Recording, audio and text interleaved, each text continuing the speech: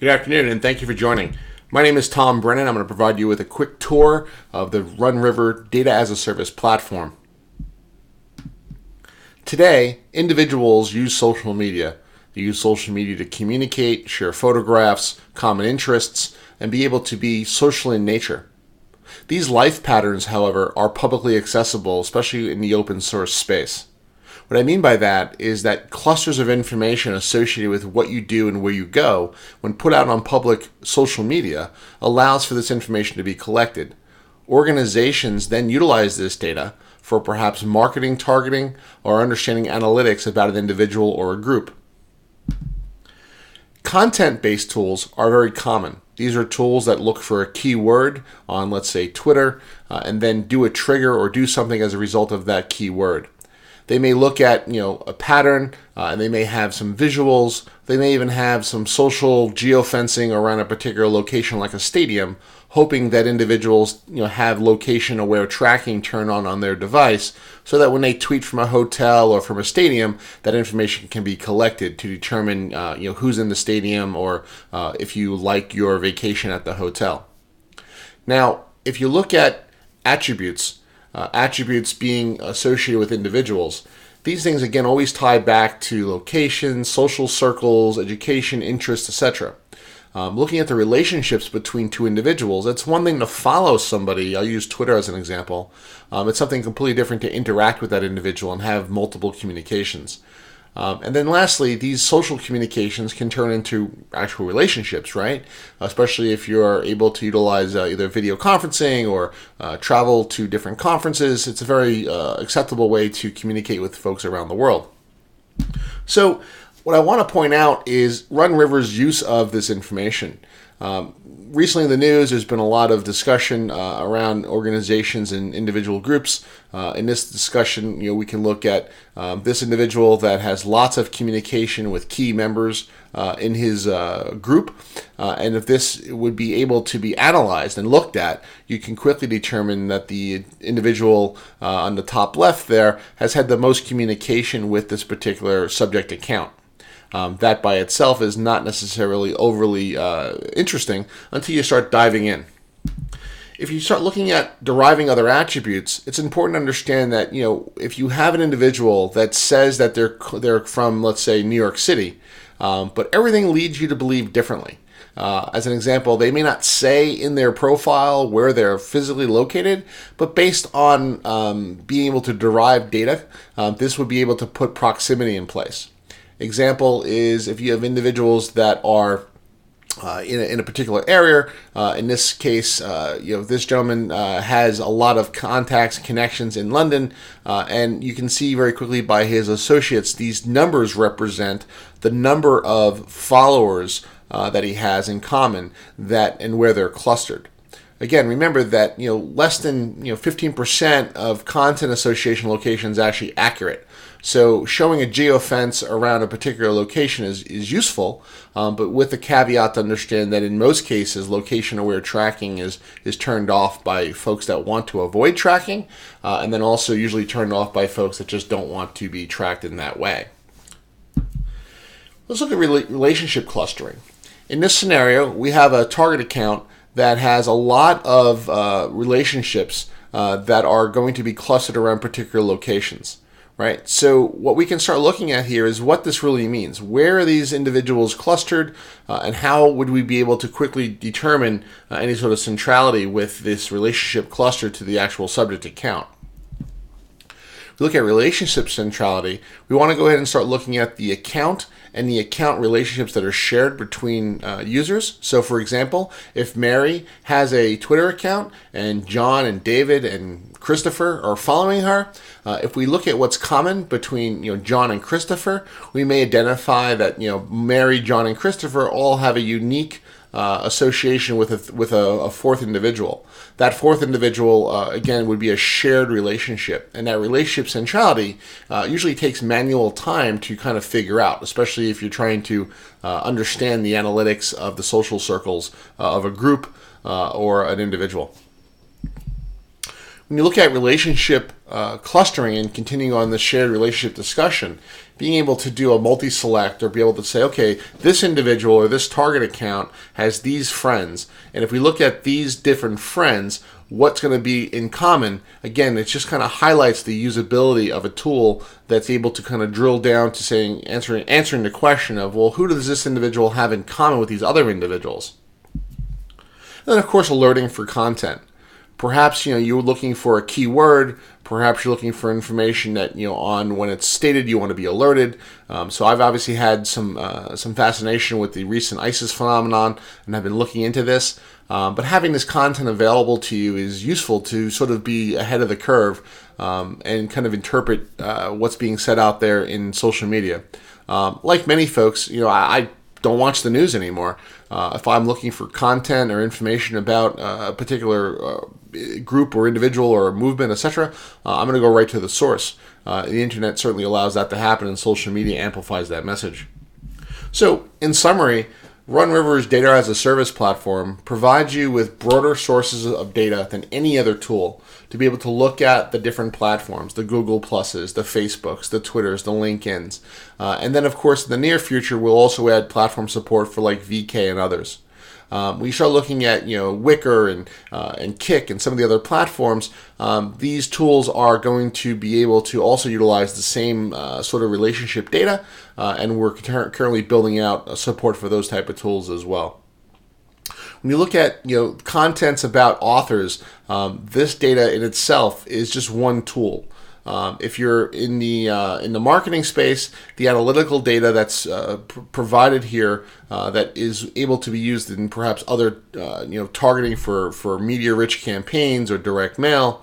If you're in public safety, perhaps taking that information and utilizing it in other tools like IBM's i2, a Palantir.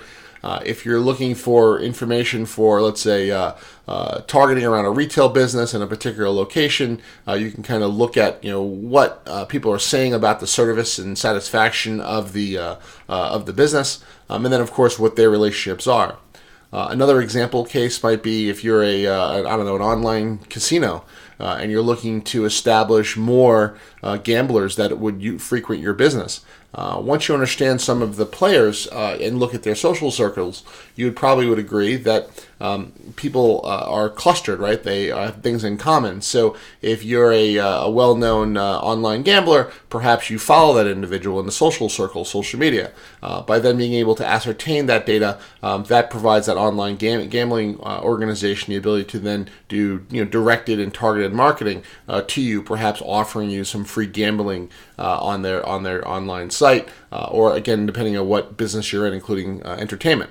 So again, we are enabling insights that are not previously possible with content alone, and the relationship analysis through centrality is something I think is a very interesting feature. So I'm going to jump into the tool real quick and give you a quick evaluation sort of kickoff. This is meant to provide folks with an understanding as to how to utilize the tool, as well as to how to get started. It will not be an exhaustive presentation. It'll be a simple how to navigate yourself through the tool and how to utilize it. I'm also going to utilize myself in social media because I put myself out there to test and to be able to understand sort of the privacy restrictions or non-restrictions for tools like RunRiver. So we look at a subject. I'll use this guy, me, Tom Brennan. We've done a profile search. I've actually identified this individual as somebody that I want to look for. Again, I've stumbled across this individual, or this was provided to me as a subject that I want to look at. I simply utilize the name, and I quickly look for any accounts that are in that particular name set. Again, if I do Tom Brennan, Brennan Tom, or other variations, it's important to actually make sure I identify the profile name, right? You can then narrow down your search with other information that you may have provided, or you can, of course, limit your search to protect areas that you may have, of course, if it's a very common name. And my name's fairly common, I guess. So from here, we would go ahead and drill into that individual, that user's account, and then kind of get a word blurb, a word blob, of what this individual focuses on or talks about a lot. So obviously I do a lot in the software security space in various areas, and it's kind of funny some of those words. But at the end of the day, it's a discussion about sort of where is this individual, what does this person do, what's their timeline look like. And let's start getting into it a little bit more. If I was to go ahead and look at a timeline and say, okay, since the 6th to the 13th, what does the patterns look like? Well, the 12th looks like a pretty big day that I spent a lot of time looking at Twitter, and being able to kind of look at what communication was there very quickly would allow folks to kind of find drop that information or pull that information as to what that person might be speaking of. If they were going to go ahead and then look at another account, you can quickly click on it and drill into it and go into another user account. And again, same thing applies. What information about this individual does he push forward publicly? If we go back to the subject, we look at the timeline analysis. The timeline analysis is very useful because it actually points out the number of posts or social media components in this particular platform. It also helps you identify perhaps time patterns or sleep patterns, because it appears that this guy, again me, is East Coast, because again he's probably up early in the morning and working pretty late at night, but end of the day he's pretty consistent across the timeline. If we change the dates and we go back and say, all right, well, let's take a look since January, what does that look like? You can go backwards in time and say, yep, it looks like it's a pretty consistent pattern for this individual, that there's no tweets going on at 3, 4, or 5 o'clock in the morning, probably sleeping. Getting those 3 hours of rest every night's important, but then looking at information that's public facing might be useful as you analyze the profile. Media, of course, would be as expected, would provide a list of any public media pictures that were used or pushed forward. Here's an example of what happens when you put puppies and children together. But you start going ahead and looking at what information's there. You can then start diving into, again, the network. The network could be looked upon as, okay, since January 6th, give me the top 10 people this person has communicated with, and then provide that to me in a visual way. So as this collects the data and provides that result, what's going to happen here is it'll refresh. I probably will be surprised myself to see who the top talkers were, but people that you probably know in the information security space that I talk to a lot, and people that we're communicating with. All of a sudden, we'll have a chain of events or communication between Nick and myself. And for those who don't know, Nick used to work with me at TrustWave. Paco Hope's over at Cigital, right? And other folks around the bullhorn here probably are known by name. As you look into then exploring the profile, being able to look and say, all right, well, what does the profile really tell me about the individual? This is really where the relationship analysis becomes critically important. If you're doing analysis perhaps on, people running for political office, it would be useful to figure out who their constituents are, what their likes or dislikes are, what their groupings are, where most of them perhaps are clustered. That might be useful. If it's high net worth individuals and you're trying to look at, you want to sell a Ferrari, and who might other people be that are going to be buying Ferraris, perhaps, you find one guy who has a Ferrari, and you find out others perhaps that would be in the same social economic circle. When you break this apart, though, what's interesting is being able to drill into it fairly quickly, and I think that's an important discussion here. Being able to interpret the results, the data, and get to an end goal as to what it is that you're trying to accomplish. You have an account, and you're quickly trying to say, well, where is this account probably based out of? Again, I'm in New Jersey, right? I'm right outside New York City. So the cluster of my relationships is physically in New York, because those are the people that are following me, that are there. And I have a lot of colleagues, in DC that, track, I guess, or follow on social media, other folks in Chicago. As you drive through this, you can probably say, all right, well, this guy's probably U.S. based. He's probably not, living in, some country on the other side of the world, but he does have, some folks around the world that, perhaps are associated with him. And looking at these connections might be useful in ascertaining or identification of a little bit of a profile. If you go down and we start narrowing it down more and say, all right, well, who are some of the friends? You might look at, common connections, right? So Paul and Chris Nickerson and Wim and some of the other folks, Jim, they share in common with me a lot of folks. So I follow about 3,400 people about 3,400 people follow me. I follow about 175 people, and then there's associates that we are mutually following. So Paul here is following 353 people that I'm also following out of his 8,900 folks. Jim Manico is following 269 people that I'm also following out of his 2,300. As you start looking at these individuals, you start to see, okay, well, what's common here? What is this guy, this guy, and this guy all have in common? And you can quickly start narrowing down and say, okay, what are all of these people sharing? Meaning, who are the people that are in common here across the line? And what you're quickly seeing is you're seeing that list, kind of drop down and get smaller and smaller and smaller. And we can probably say that Dave Marcus is, he's common to all these other individuals. So Dave is, certainly somebody that is known in the industry that we all happen to follow and are connected to, as well as Lisa. So Lisa is another individual that is common across these individuals. So if you wanted to again look at her profile, look into who she is or what she is, you might find some commonality or centrality about what's common there. So with that said, you can search on a profile. You can go ahead and search on a particular keyword.